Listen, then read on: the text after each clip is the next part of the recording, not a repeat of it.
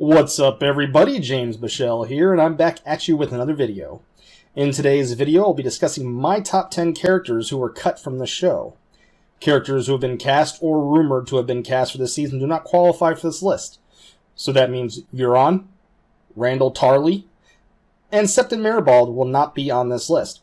Also, remember lists are subjective, so you may not agree with my list. That being said, let's get into it, shall we?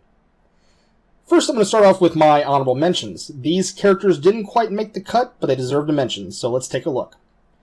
We have Lem Lemoncloak, Anguy, Boros Blunt, Cotter Pike, Wex, the brothers Kettleblack, Taena Merryweather, Jenna Lannister, Daven Lannister, Garland and Willis Tyrell, whom George R. R. Martin himself has said will play an important role in the books.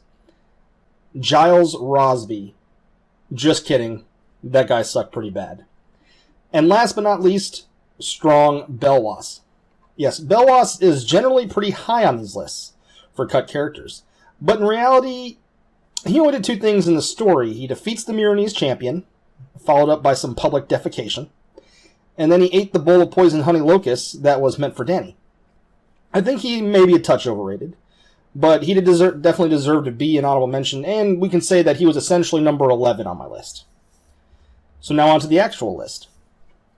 Number 10, Vargo Hoat and the Brave Companions.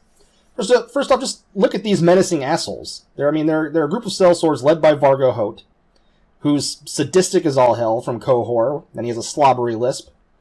And he is followed by an unsavory group of men, to say the least.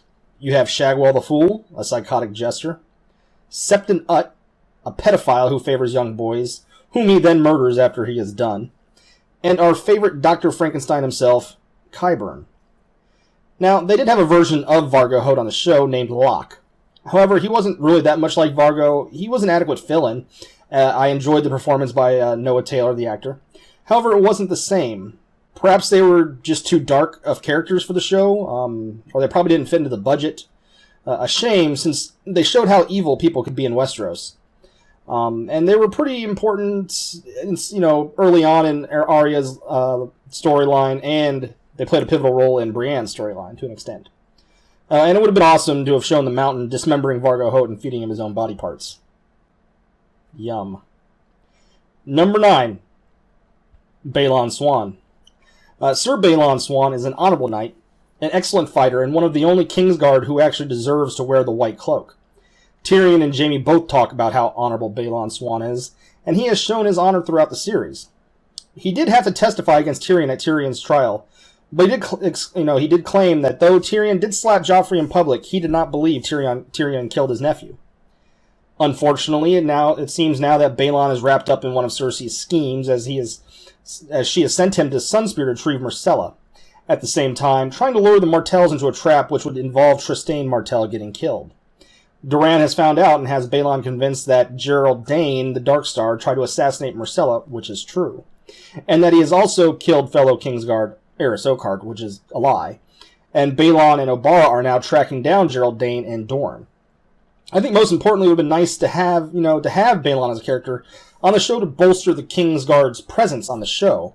Only Barristan Selmy and Meryn Trant had any screen time as a member of the Kingsguard, which sucked because of how important and prestigious the Kingsguard are in the book. So I think it was a shame that he wasn't in the show. Number 8, the Shave Pate Shakaz Mokondak. The Shave Pate is one of Dany's counselors in Meereen and is the leader of the Brazen Beasts, a group of men who serves as city watch to Meereen. On my first read, I didn't think much about the Shave Pate. I thought he was kind of bloodthirsty as he wants to kill the children, hostages that Dany took from the nobles of Meereen to assure their loyalty. However, Dany refuses his requests.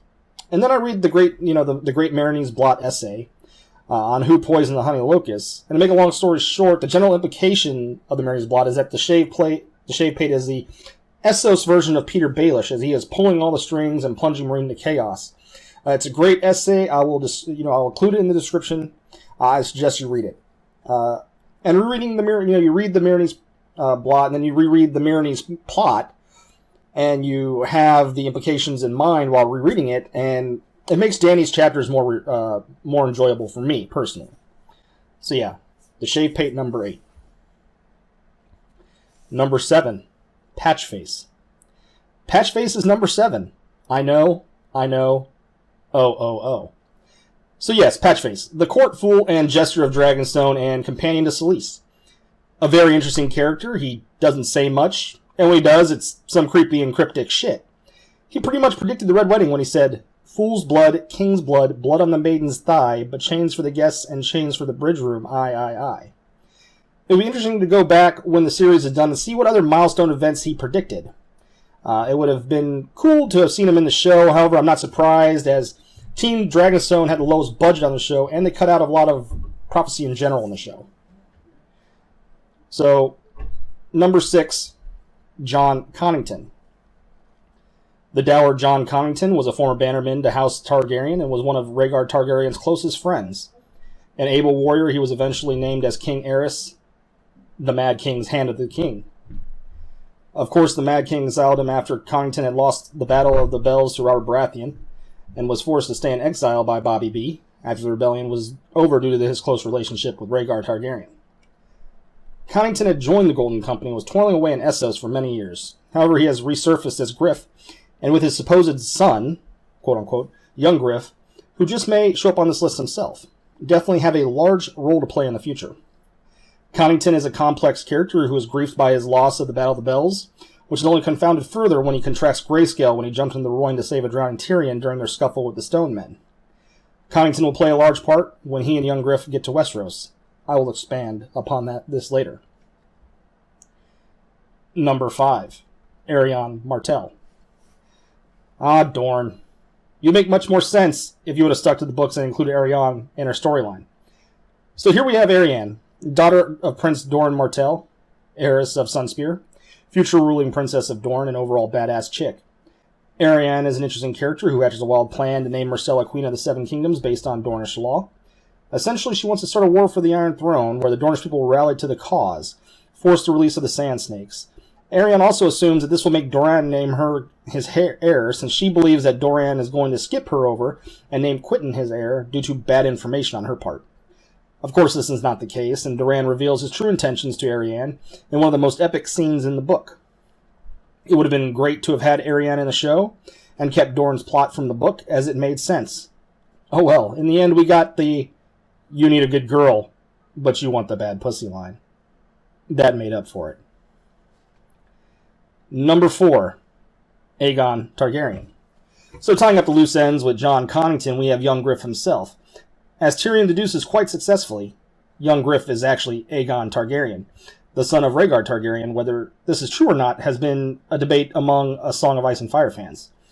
If it's true, then he is the nephew of Daenerys Targaryen, which opens up a can of worms. Aegon sails to Westeros with Jon Connington and the Golden Company in tow.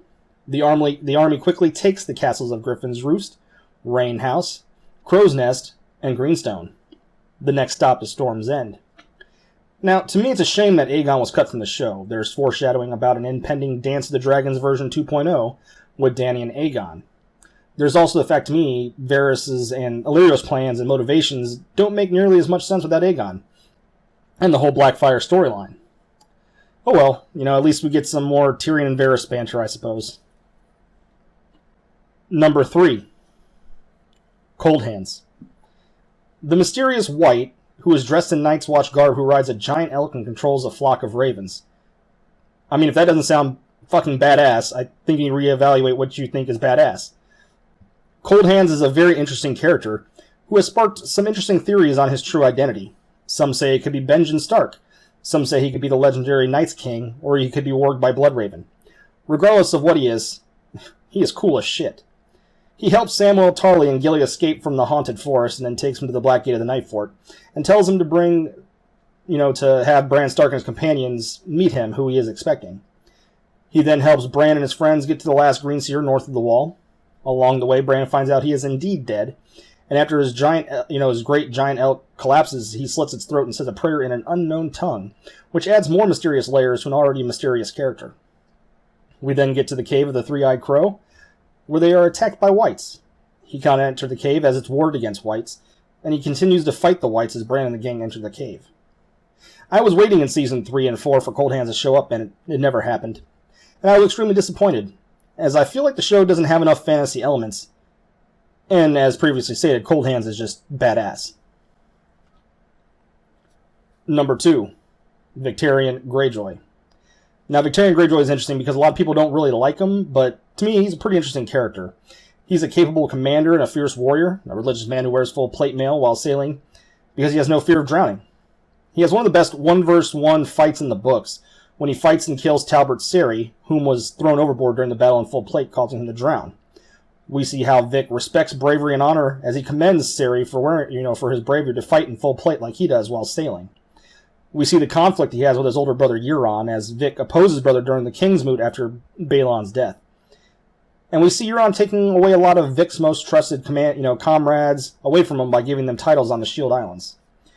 We also see Euron give Victarion a mission, to go to Slaver's Bay and deliver Euron's marriage proposal to Dany. Of course, Vic has plans to betray Euron and to marry her himself. Along the way, Vic injures his hand, and they come across the Red Priest Makaro, who, unlike Melisandre, actually sees things correctly in his flames. Makaro convinces Vic to keep him alive, and he will treat his hand. Makaro uses some sort of magic, and Vic emerges with a blackened and charred hand. Makaro also tells Victarion that in order to bind Dany's dragons to his will, he must claim the Dragonhoard Dragonbinder with blood. I really wish Vic was in the show. He's not my favorite character per se, but I believe that the Greyjoys have a major role to play.